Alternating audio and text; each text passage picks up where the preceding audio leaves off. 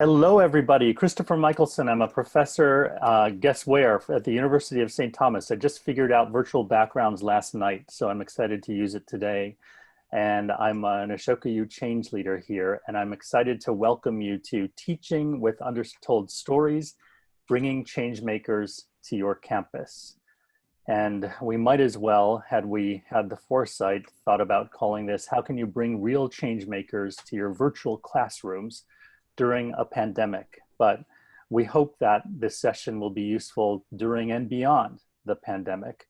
The purpose is really to introduce you to some resources for teaching change-making in classrooms and on campuses, and to solicit your interest in contributing to our growing catalog of learning modules that Fred referred to when he was facilitating the keynote. We'll say more about that later, but just to confirm, Untold Stories are broadcast on the PBS Newshour as a way of bringing viewers closer to agents of change around the world. And through this project, we'll explore with you how you can bring hundreds of changemakers virtually to your campuses. One such changemaker is my colleague at St. Thomas, Fred DeSam Lazaro, the executive director of Untold Stories and superstar journalist.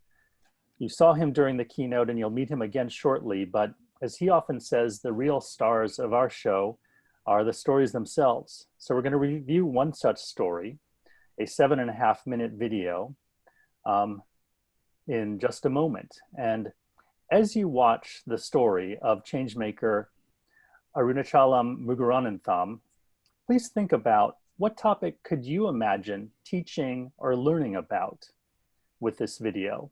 I'll put that question into the chat box, and then please provide your answer in the chat in 2 or 3 words. Solveig, can you play the video?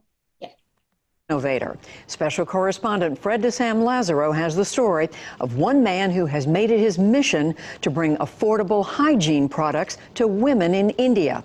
It's part of our series, Agents for Change. Arunachalam Muruganathan says he was a born tinkerer, obsessed with figuring out how things worked, from toys to bicycles. He grew up in poverty after his father died young, dropped out of school and became a welder, a lower middle-class occupation in India. To support my mother, I stopped my schooling. But his natural curiosity apparently knew no bounds.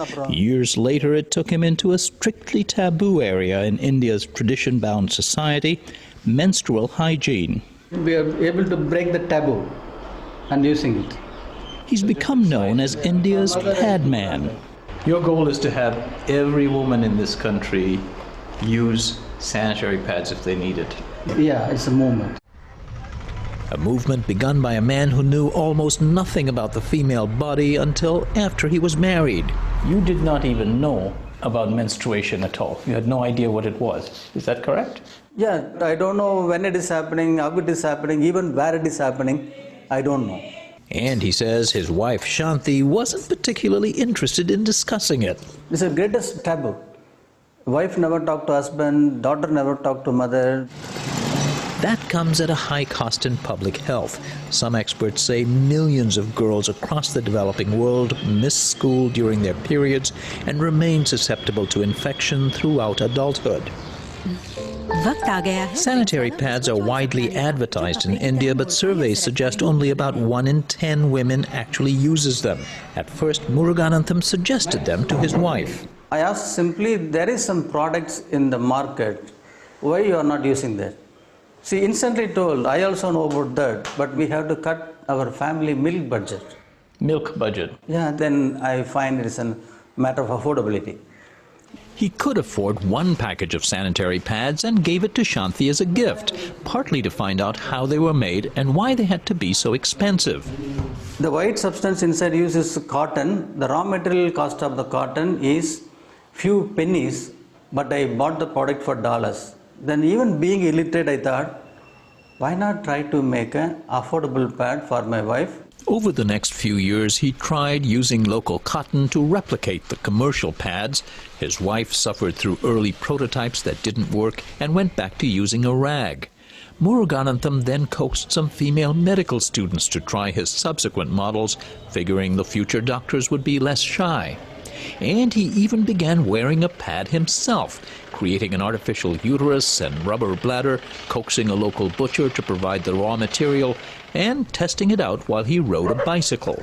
I filled goat blood, animal blood in it. I tied on my hip. There is a tube connection to the napkin and the bladder. Shanti had had enough.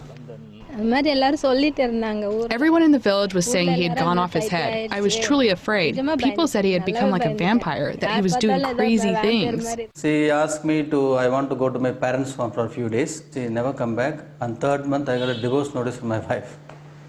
She filed for divorce. Yeah, I got a divorce notice. His mother, who lived in the home, also left him, but his curiosity did not leave him. He called an American supplier posing as an industrialist in his hometown of Coimbatore, looking to branch out into feminine hygiene products.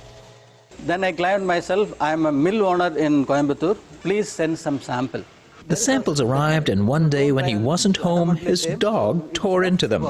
He took the courier cover, she scratches it.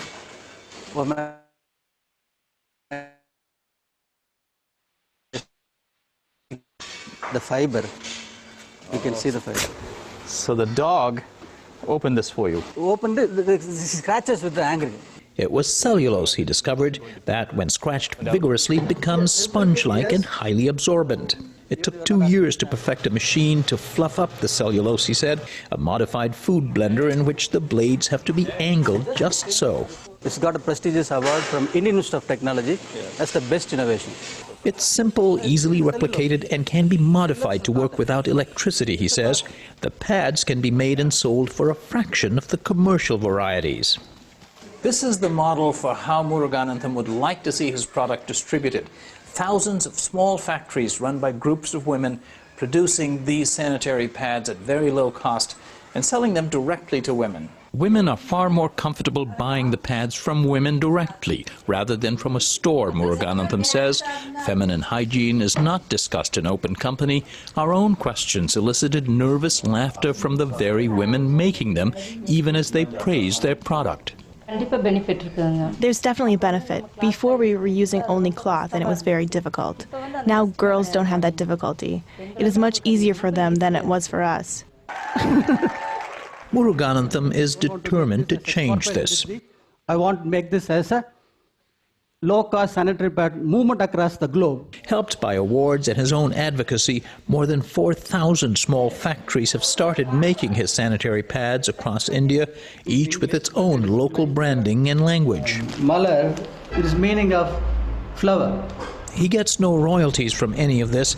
His workshop does sell the machines, enough to earn him a modest living. But nothing is patented. He wants others to copy or even improve the machine and methods. The world is shortage of solution providers. Everybody, they want to be in the Forbes list. Under 200. Everybody wants to be in the Forbes list. Forbes list. Nobody wants to be a solution provider. In the end, Shanti decided her husband was a solution provider. She returned after a 5-year separation. Somewhat sheepishly, she admits. They had his interview on TV that he had discovered sanitary napkins. So I called him and then I came back. He was angry. I told him I did not want to get in his way. That's why I stepped aside. Now we are happy. Happy for what her husband's work may mean for young girls like their 8-year-old daughter, Preeti Shri. The strongest creature created by God in this world, not the tiger, not the elephant, not the lion, the women. If any man doubts this, he says, see how long you can endure a sanitary pad in your daily routine. For the PBS Newshour, this is Fred DeSam Lazaro in Coimbatore, India.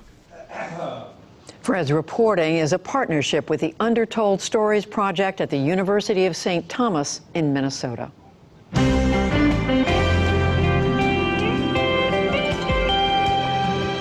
Thank you, Solveig. You can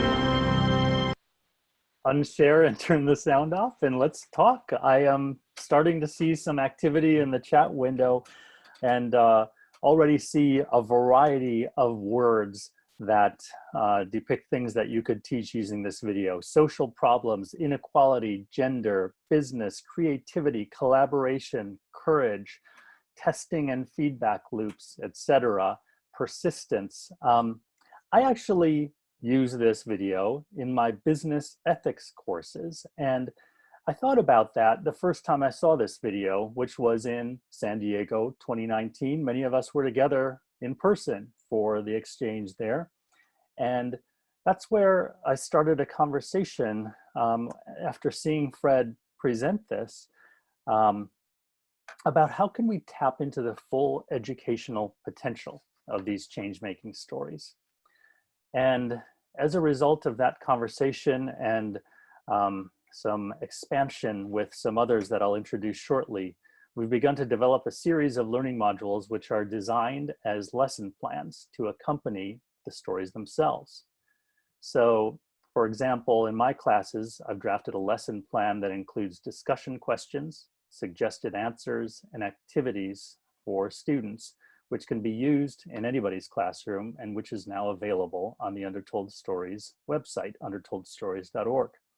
We'll take a look at that later, but as it pertains to this particular video, one thing that I try to draw out is how Muguruzanim was motivated primarily to solve a problem, not to maximize profit. And that problem, lack of affordable feminine hygiene products, contributes to social unfairness. And a question that I ask my students is, well, how? And I'm posing that question to you right now. How does this social problem, lack of affordable feminine hygiene products, contribute to social unfairness? If you could type your answer into the chat box, we will look at those answers momentarily. And while you're thinking of your answer to that question about unfairness, I'll ask you, or I'll mention another question that I use in my class for these discussions. You might have heard some anecdotes that might raise some ethical concerns in Muguruzanim methods. The ends are no doubt laudable, but are the means that he used to those ends also laudable? That's a question that we often ask in ethics classes. So I'm going to shift back to the first question, how does this contribute to unfairness, while you also try to answer that second question. What anecdotes of possible ethical concern did you hear him describe? So I'm just looking at the chat box, and as far as unfairness goes, I see a barrier to participation in society, in work, in education, and so on. Girls feeling less than their male counterparts because they miss school. The taboo, as he describes it, that contributes to shame in social participation because of menstruation. These are certainly important factors that maybe are sometimes invisible if we don't bring them into the full view of this conversation, as far as how a biological process could create unfairness. Now, as far as ethical questions go, another piece of my discussion with my students and with you, somebody says, having to choose between household expenses, milk money, or money for sanitary pads, that's part of the social problem. But I also kind of interpreted that response to possibly be about Muguruzanim choices himself. In some sense, he was using some household expenses for the purpose of solving a problem that was much larger than his household. He sought to reverse engineer a competitor's product. That can raise questions of trade secrets in ethics and law. Were some of the women that he prevailed upon to test his products, did they feel some kind of untoward pressure?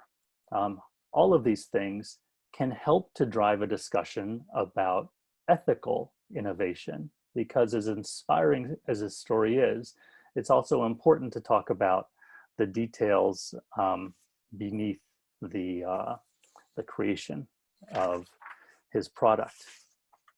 Anyway, that's just a brief taste of a classroom discussion around one of these undertold stories. I can actually tell you My discussion with my students last fall around this story was more like 2 hours, and we weren't done when class ended.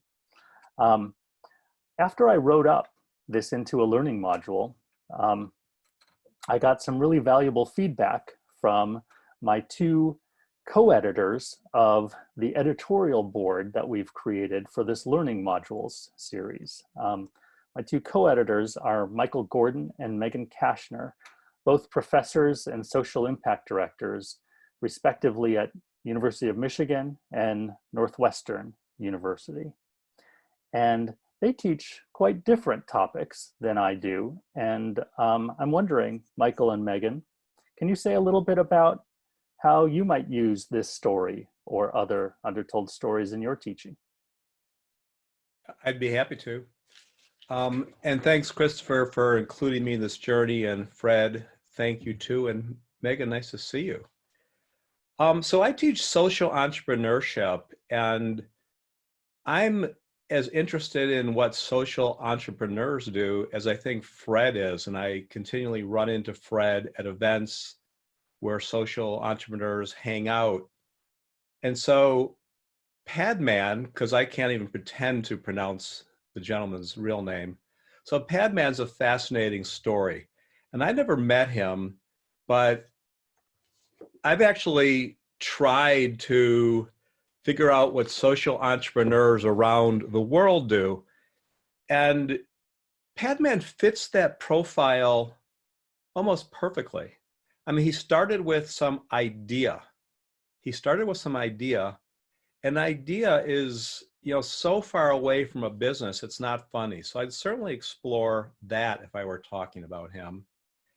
And then in social entrepreneurship, there's this central idea of a minimum viable product. So some of you are familiar with that. If you're not, if you had to build a website, for example, and see if people could understand it, you could build it, or you might be able to mock up something on cardboard, which is a lot easier. That's a minimum viable prototype, if you will.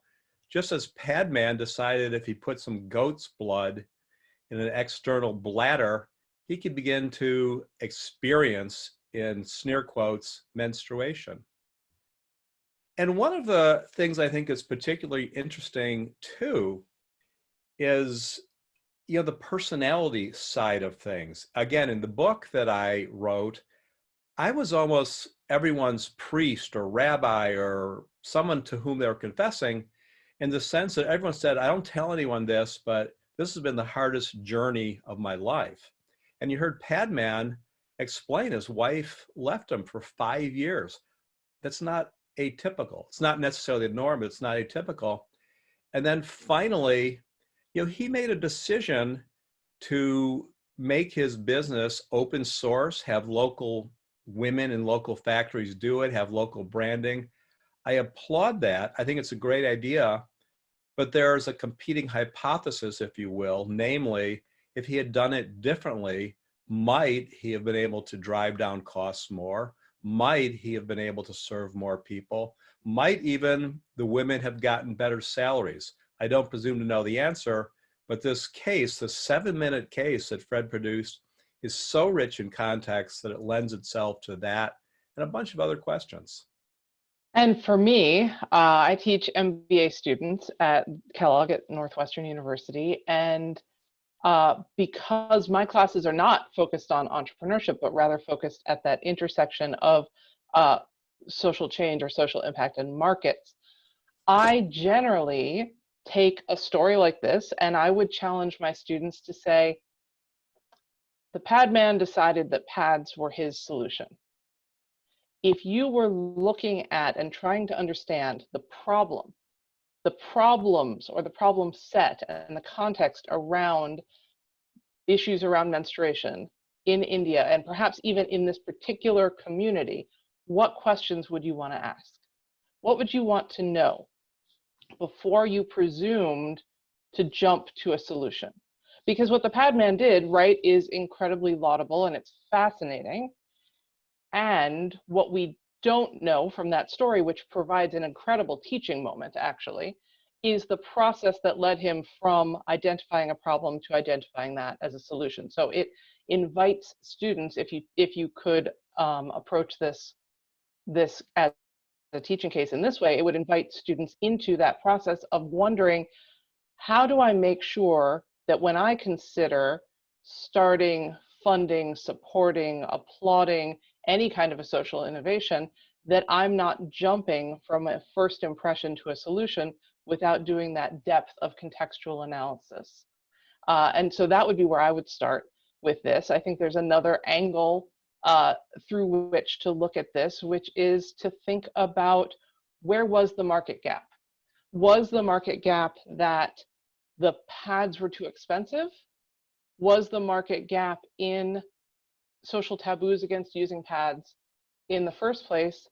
Is the market gap that for schoolgirls in particular, menstrual hygiene products perhaps could be a public good, like toilet paper in a public school restroom might be in the communities where we and our children might go to school.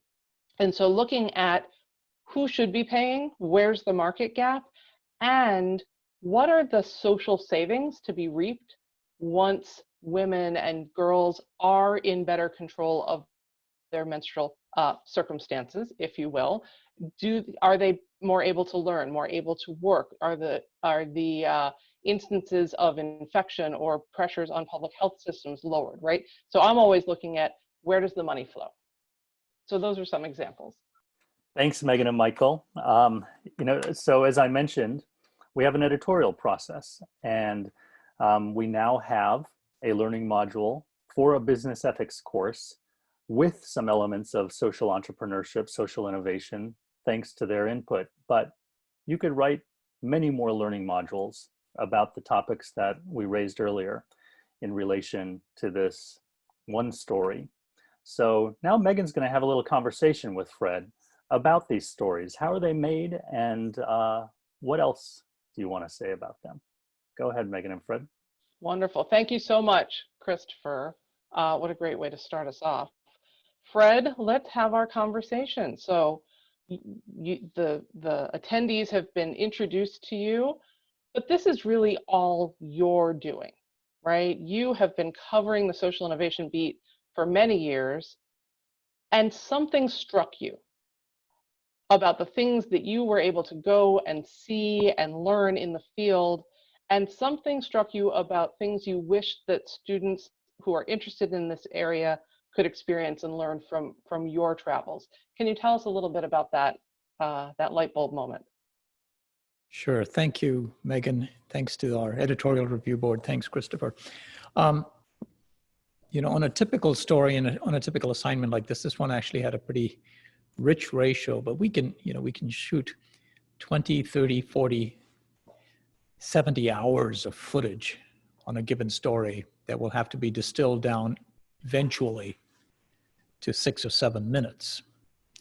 And not everything that we throw out deserves to be thrown out, but that is the reality that we have. And there is just so much that the audience does not get to witness and see, let alone the fact that, you know, being there gives you the sense of being there, and the smells, getting your fingernails literally dirty.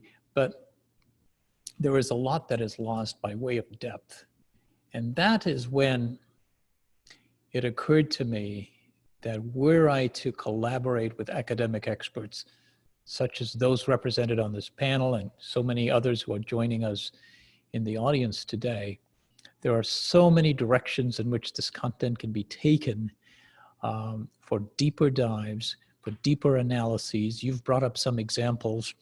I can think of even further issues that go unaddressed in a story of 7 minutes, even though, by the way, by evening news standards, that is a very long story. But, you know, what about quality control? One of the complaints about his product, for example, his products, is that, you know, the quality varies all over the place. You have a group of women who belong to a club in City A making these things, and it's a very worthwhile thing. But what experience might they have in quality control for a product, for example?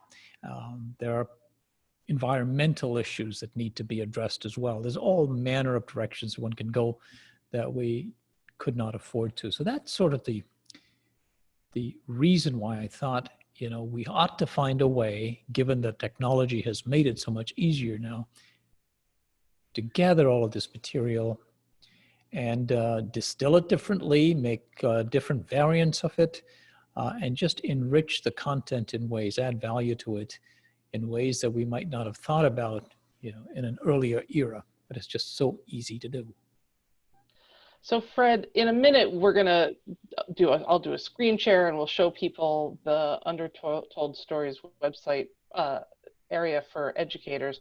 But before we jump in there, you made a decision to reach out to faculty members in your orbit for collaboration, to turn these into these teaching modules.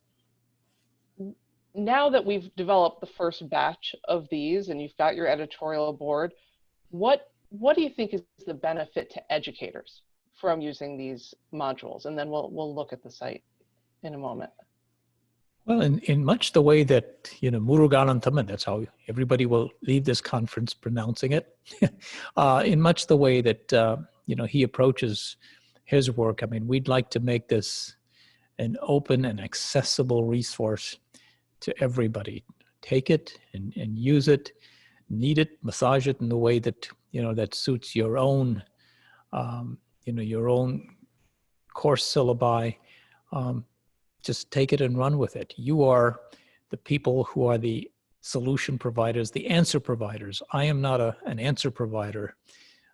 As a storyteller, my job is to ask the questions and to ask relevant questions. And the analyses that follow, ought to happen in the classroom, I think.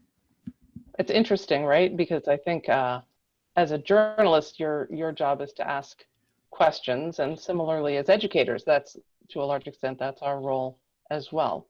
So I'm going to push some buttons here and share. There we go. Okay.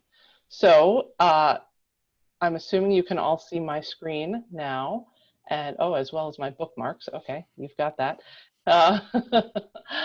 Where we are right now is at undertoldstories.org, and I wanted to start here on the homepage because, expecting you to hold on to the URL for the educators page, that might be a little much, but we can all remember undertoldstories.org. So when I come to this page, what I see is our headlines here, right? And I see all these stories that Fred and PBS Newshour have amassed. But if I go right here to this top line navigation and I scroll down to For Educators and click right here, this is what we're talking about today. And so for educators in the classroom, Fred, do you want to talk us through and I'll navigate? What are people seeing when they get here? Okay, a variety of content. In some cases, we have the raw interview. For example, there are many, many change makers who are just fascinating to listen to, and we have started with my colleagues Solveig Rennen and Simeon Lancaster to create podcasts. They're called Undertold Verbatim. There's that. We're bringing along 360 cameras, which are great in the classroom as well.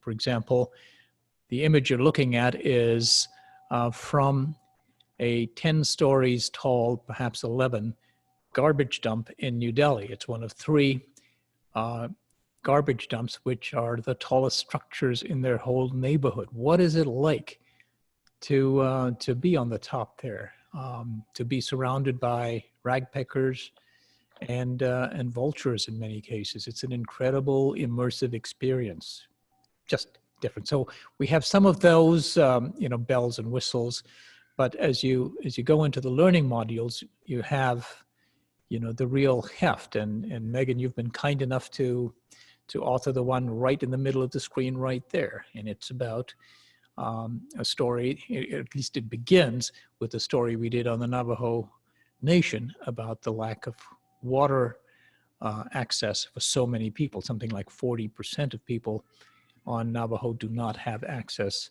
to piped clean water, which is an astounding thing. There's so many places that you can go. And you can talk maybe a little bit, Megan, about your own work with this.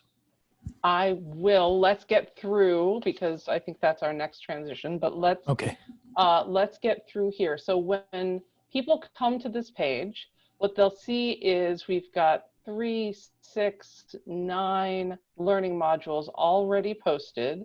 And I'll click into one just so that you can see how they look. Maybe I'll click into my own.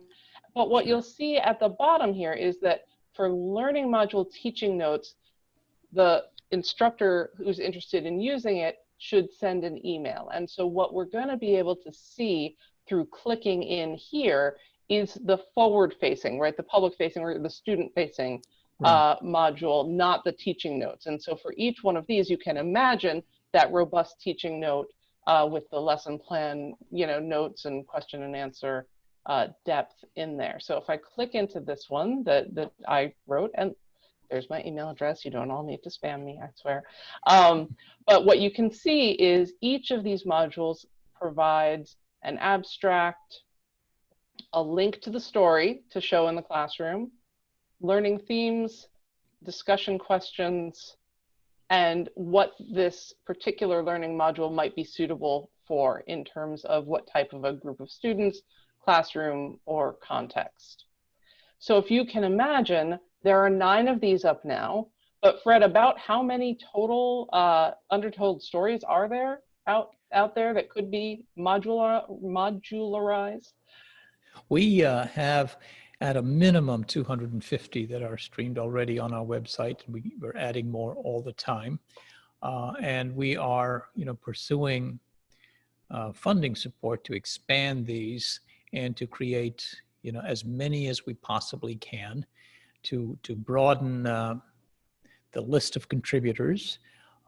Each of you 3 have agreed very kindly to serve on the editorial review board. For these, we might expand that group as well. But we're looking to build on these and to build perhaps internally on these. This is a continuous improvement sort of exercise in many ways, and it just will never stop. We hope to keep updating these, and so yeah, 250 is the more immediate target that we're chasing. Yeah. And so it's an invitation, to people watching. If you're interested, scour, the story options that you see, and be in touch with us on ideas that you might have for a learning module. So I'm going to stop sharing my screen. I'm just scrolling through some of these 250 some odd opportunities.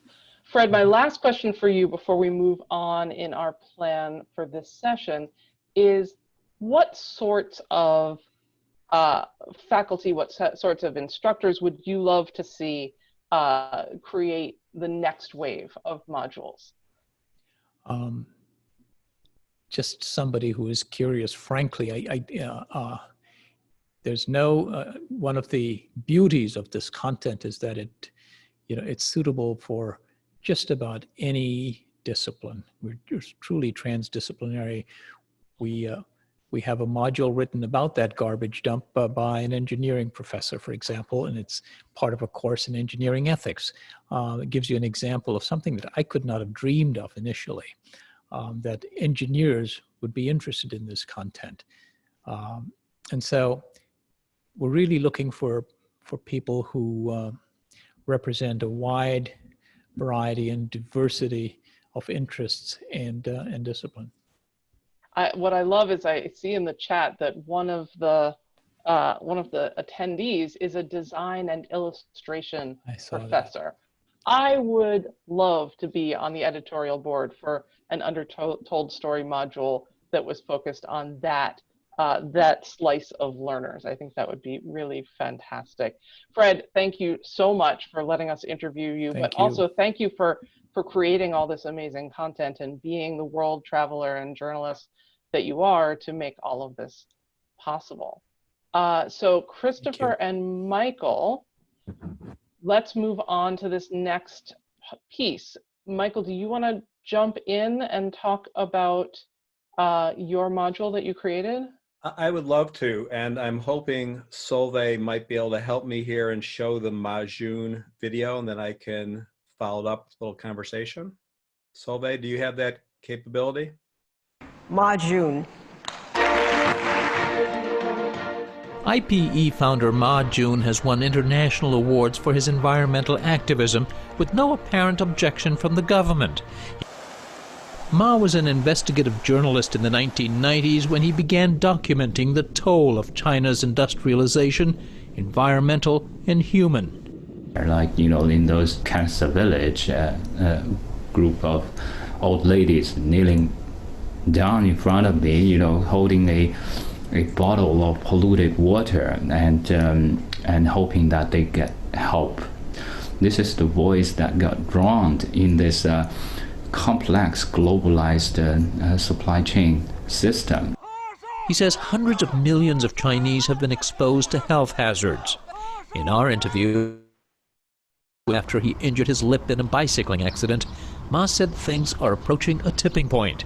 If we don't handle that right, this will not just threaten our social stability, but it could hinder the very economic growth itself. Thank you, Solveig. I use this case, and first of all, before I even begin with that, I want to say to anyone who's out there who's contemplating developing a learning module, it's a lot of fun. It's really a lot of fun. You get to dive in, you can, choose great stories. It's an interesting format. You have Simeon and Salve who are masters of what they do. Fred will make available to you B-roll, that kind of thing. So it's a really fascinating process. It was wonderful. So the module that I use, this Majun module, which you saw a minute of, it's maybe 7 minutes. On the one level, it's about this brilliant tactician who runs a nonprofit and somehow hasn't gotten under the Chinese government's skin.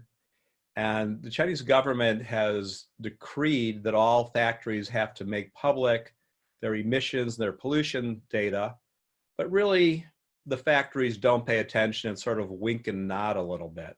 So just tactically, he figured out a way to begin to make Chinese citizens themselves aware of this information by making a smartphone app that let you walk past a factory and see what was going on there right now, this moment.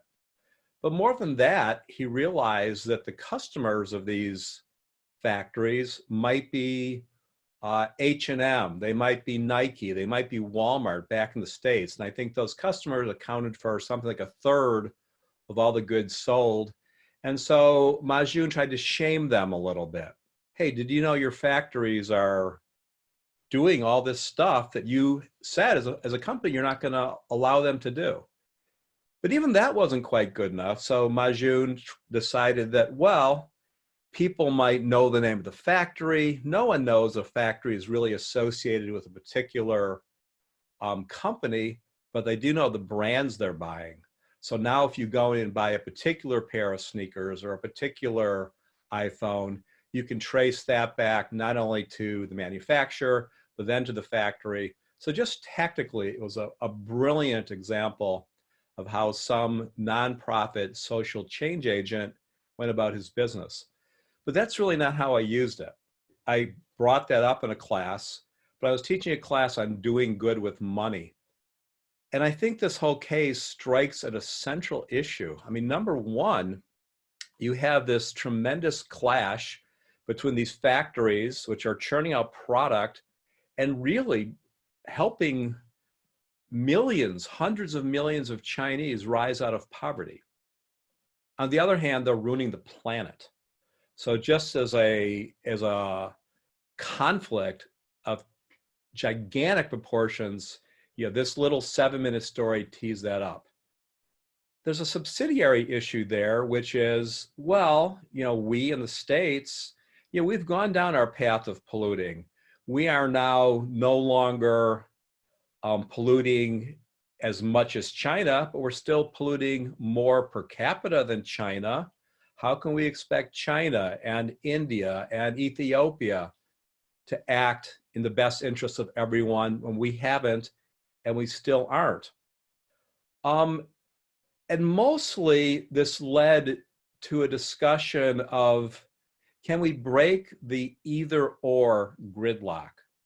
In other words, it's no longer okay, in my view, and certainly in the view of my students, business students studying social change, and I'd hazard to guess your students, it's no longer acceptable to say, well, there's a trade-off, either do good or make money. So I really use this case as a jumping off point to try and discuss how are we going to not just finesse, but bake into our next gen businesses the kind of behavior that both can help people have an effective livelihood and at the same time bring about, changes in a healthier environment, healthier planet, better working conditions, better wages, et cetera, et cetera.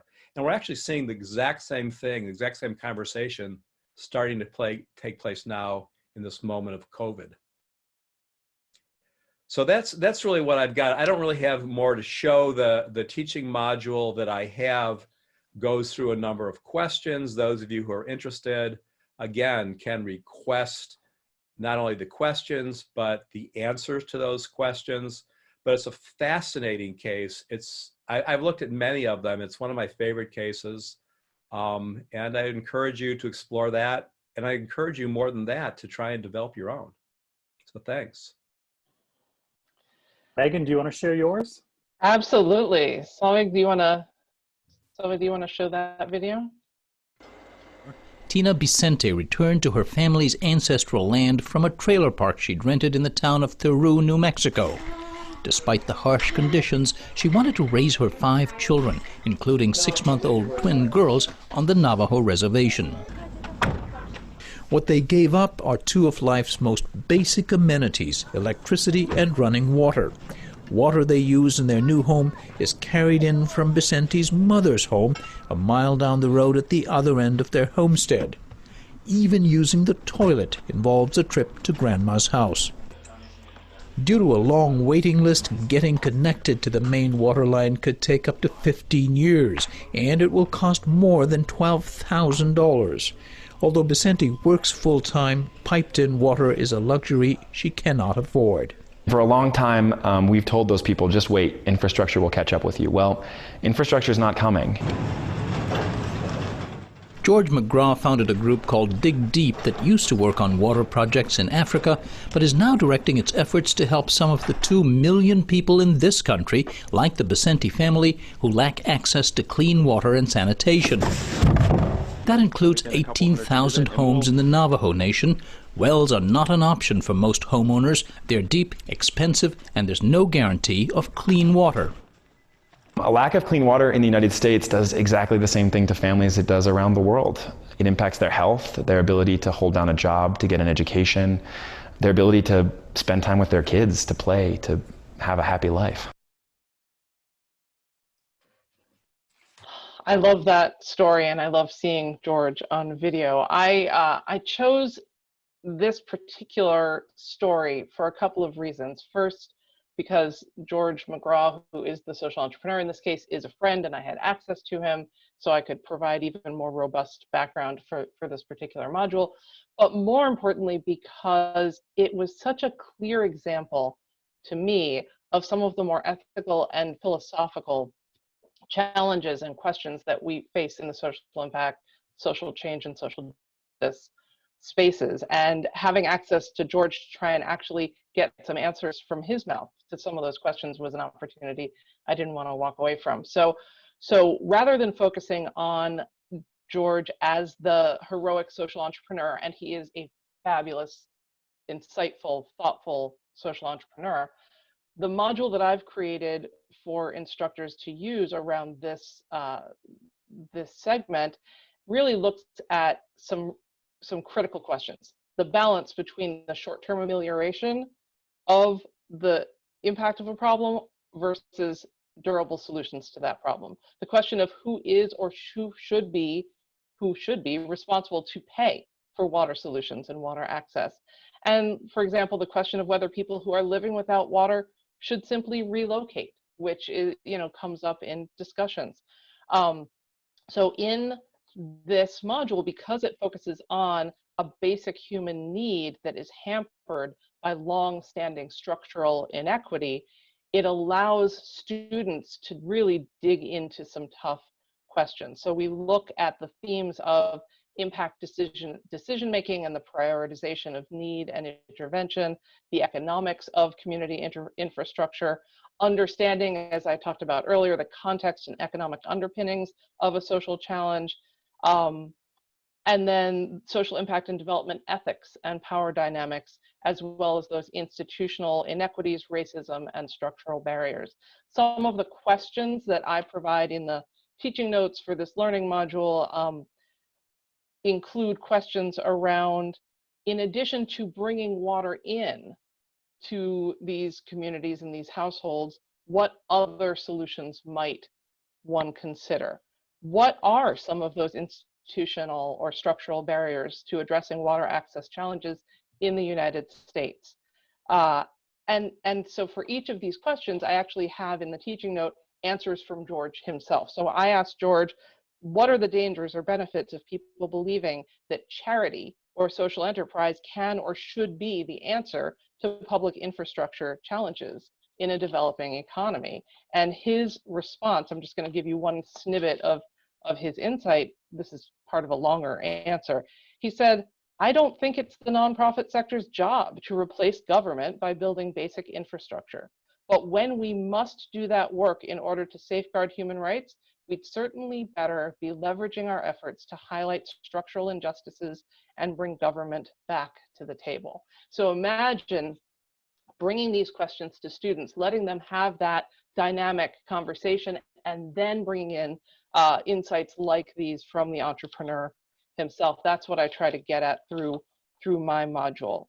And really the crux of the question that I'm looking at is this action versus advocacy balance that any social entrepreneur really needs to consider. So you've now had 3 examples of modules that we 3 from the editorial board have written. And Christopher, I think we're ready for some Q&A, am I right? I think we are, and so I want to encourage people to use the chat function to submit questions that you might have. I've been doing a so-so job of trying to answer some of the questions that have already come in, but if there are more, please send them our way. While we await those, I'll just say a few things about the editorial process. First of all, you might get the impression that we're trying to advertise these stories and advertise the opportunity to submit a learning module. We are, but not for personal gain, but really for the purpose of change making for the common good. This is a free resource that we want to make available to any educator, any learner, whether you are a classroom teacher, a student, somebody who is staff at a university and produces co-curricular learning opportunities. Hopefully you will feel free to use these and potentially to produce one yourself. A question came in about, is there actually a call for learning modules? Well, that was a call to me to say, hey team, we ought to put together a call for learning modules. So that will come in the fairly near future. But meanwhile, if you have a question about how do you submit one, how do you construct one, you can send a message to undertold@stthomas.edu. That's on the website. And we have templates and obviously examples that you can use. We're trying to operate like an academic journal for quality control purposes. But there's one key difference, I think, with regard to how we are oriented as an editorial board. Those of us who are academic researchers are very familiar with rejection and have the impression that maybe most academic journals exist for the purpose of rejecting us. That's not our bias. I think our bias is more toward we want to accept, we want to grow the catalog of learning modules. And since there are 9 learning modules and 250 stories, There are at least 241 more to be written, but I would say there are an infinite number more to be written because every story could be associated with multiple learning modules. I'll say one more thing, and then I see some questions coming in to the chat. The other thing I want to say is that Megan, Michael, and I happen all to teach in business schools. We're not all trained as business people, but we all happen to teach in business schools. And that is sort of an accident. We really want to encourage all disciplines to be involved in this project. And so don't let that be a barrier. So let's see, I see a couple questions, and Megan and Michael, feel free to jump in and answer, but I'll state one. How could a student go about finding their own undertold stories in their communities and get those stories told without a platform like PBS? Maybe that one is more for you, Fred. Do you want to go first on that one? That's a very, very good question. We have thought about expanding on our website to include student participation in the compilation of some of our materials. If you are interested, we're not there yet for a variety of reasons, funding not the least among them. But do write to us, undertold@stthomas.edu. We want to keep you on a short leash and get back to you accordingly. I don't have an immediate answer, but we're not unsympathetic to the idea by any means. Thanks, Fred. And I'm going to go back to an earlier question about whether there is a module or story that would be recommended for a course on place and placemaking. And I said in the chat, those are not terms that I'm terribly familiar with, but I'm wondering, Megan, Michael, Fred, if any of you have any thoughts about that. I would actually love it. I would love to hear more behind that question. So Danielle, if it was that you, yeah, if you wanted to unmute yourself and speak your story, can she do that? Sure. Yeah. Can you hear me? Yes. Perfect. So it's an interdisciplinary course cross-taught by a geographer and a philosopher, looking at how place shapes our sense of identity, how we start to feel like we belong to or don't belong in place, and how design can prevent or encourage us to feel a sense of belonging across differences, to step in and to understand the nature of those designs and how maybe we could reimagine our spaces together. So that kind of participatory collective engagement in redesigning place and the stories we tell about it. So we're imagining it for this fall semester. It's still unfolding, but how we tell stories of place and who gets to tell those stories, I just thought there's got to be threads here, and I wanted to hear what kind of recommendations you might have. Fred, do you have particular stories that you think would be well suited to be turned into a module for that? There's a lot of institutional memory here, but nothing comes to the surface that immediately clicks. But I wouldn't be surprised if it did, or even parts of different stories that can be sewn together, which is a concept that sounds really intriguing. Should these modules be around one single story, or might we do one around 2 or 3 from a different perspective? We have covered the issue of migration to some extent, and therein might lie something, but I'd have to give it a little more thought, Danielle. If you would like to continue this conversation, by all means, send us an email, undertold@stthomas.edu, and we'll pick it up from there and be in touch with you. It's a great question. I also think that's a good opportunity just to maybe state the obvious, that these visual stories convey a sense of place in the way that non-visual stories might have trouble doing. And so, part of the idea in this session and this series is really to bring us to places that are far away, that we might not have a chance to visit ourselves, whether in a pandemic or just in normal times. So it's an opportunity for any of us to travel. It's if I could just dot an I on that. I mean, it's starting now to percolate, into my consciousness. Were I not, well, were COVID not here, I would have just returned from a trip to El Salvador, for example, where we were going to do a series about a variety of issues about life in that country, which is so unsettled because of gang violence and economic despair, the drivers of migration. And there's a lot of questions that lie underneath all of that about belonging, about a sense of place and what people really want and what prompts them to migrate, for example. Might that be something that piques your interest? So yeah, I mean, this is the kind of thing that synergistically can really evolve into something very, very interesting. If I could... Yeah. Go ahead, Michael. So one of the stories that Fred told involved some Wisconsin, I believe it was, dairy farmers who encouraged and actually supported Mexican farm workers coming up to help them on their dairies. And it's a beautiful story. It's a really interesting story. And it shows two groups, one, a very conservative sort of right-wing, salt of the earth Americans who normally would hate people of color, Mexicans possibly, forming these strong bonds. And just in the way the story was told, you get a sense of place. It's almost hybrid place. It's almost a magical place. But they were welcome. They were needed. They actually had opportunities to return home and found this to be someplace, Wisconsin, where they enjoyed being. So I'd encourage you to check that out.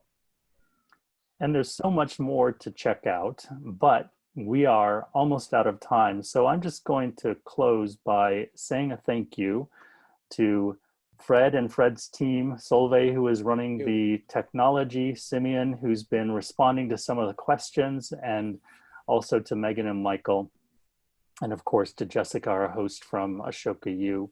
And to let you know that some of these undertold stories are part of the breaks. So if you haven't registered for the breaks between sessions, you can see more of these and experience more of these along with mindfulness exercises in between sessions. And lastly, I'll say to everybody and to the team, let's develop a call for submissions. So look out for that, and we will be in touch. Thank you, everybody.